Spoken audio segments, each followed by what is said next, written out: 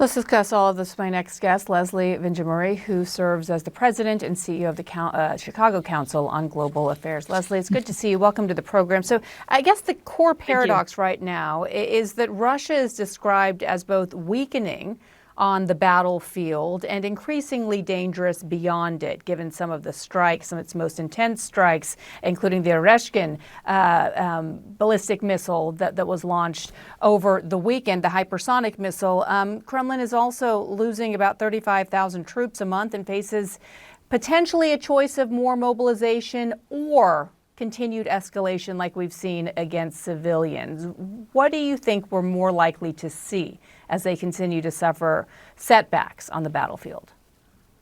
Well, I think wanting to project success, we've seen that Putin is becoming marginally less popular, that there is concern. And so I think trying to project success domestically while dealing with this problem of not enough people, we're seeing kind of calling up of reserves. But I think the real question that many of us here in the U.S. are watching is, how is President Trump going to manage this situation, if at all, and how are European leaders responding to the moment? And we're all very focused on the Ankara summit that will take place in July. And the headline news, as you know, is that President Trump is sort of oscillating, prevaricating, changing his mind on the question of where U.S. forces are positioned in Europe. Those signals couldn't be more unpredictable, changing.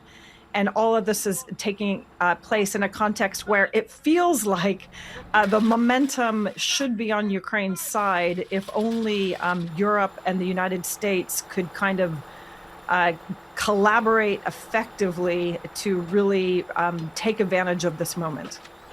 Well, we are seeing a UK-Poland pact and the Baltic build up with war games there. And that does appear to be hedging against Washington as much as it is for Moscow as well. Can you just give us your assessment of how effective you think that more alliances like this and more spending by Europeans, assuming that the United States is going to play a backseat role here, how much of an effective deterrent do you think that will be for Russia going forward? Well, first of all, I think it's absolutely necessary.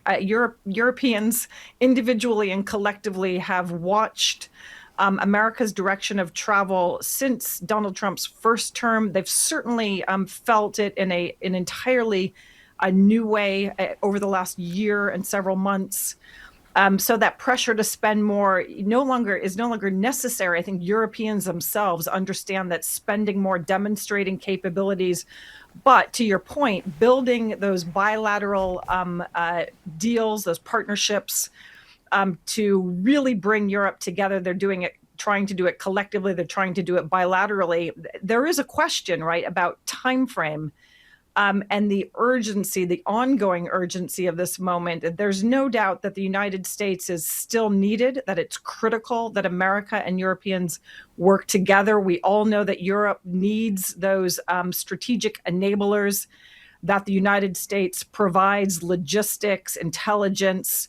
But in the medium term, Europe is looking at this as it's not only about this current moment, but it is about signaling, demonstrating to the United States, to Vladimir Putin, to Ukraine, but also preparing for the medium and short term. So I think we have to look at this as a direction of travel that can't meet the urgent needs of the moment, but that is absolutely essential because it's very unclear what happens next, either in the United States or in Russia. And we do know that President Trump publicly many times has described NATO as a paper tiger and says that that's what Vladimir Putin told him directly as well. And a lot of these Eastern European countries, the Baltic nations in particular, are increasingly concerned that as Russia continues to see its losses there in Ukraine, it will set its sights elsewhere, perhaps to even some of those nations for continued strikes. And you have President Zelensky, who is desperately urging the United States to provide more air defenses, just as our missile protection systems and munitions in general are being drawn down from the war in Iran. So in the question of who has more time on their side right now, I know that Russia's on the back foot on the battlefield, but in terms of the calendar, this can't be a great situation for Ukraine much longer either. Of course it's not. Absolutely. And you know, the question of who's sort of got the upper hand is at some level today is a little bit irrelevant for what comes next. It's all about the preparations and having that support. And it's also not in the U.S. interest to get into a position where, you know, one might fear that the Baltics, that their security is at risk. And when you have a president that is sort of playing fast and loose with America's troop commitments in Poland, we've seen the back and forth, the question mark about Germany and elsewhere, it sends a signal that the alliance is not effective, that it's not credible, that the capabilities are uncertain, and it creates a huge opening, undoubtedly. I mean, the one positive story I think we all understand is that Europe has stepped up. Ukraine has clearly innovated in rather significant, transformative ways. But there is both, there's an urgent question, there's a medium question, and there's a longer term question.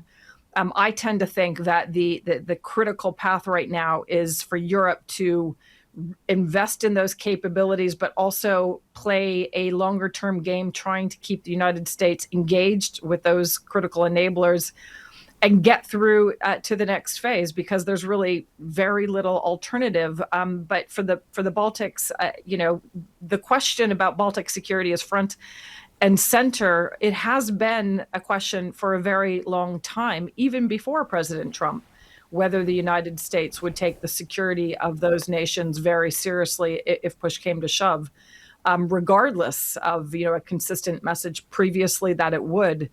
And so Europe investing in its own defense and security, in its collective capabilities and demonstrated willingness and ability to work together couldn't be more critical, and Europeans know this. But the pressures are multiple coming from all fronts, as we know.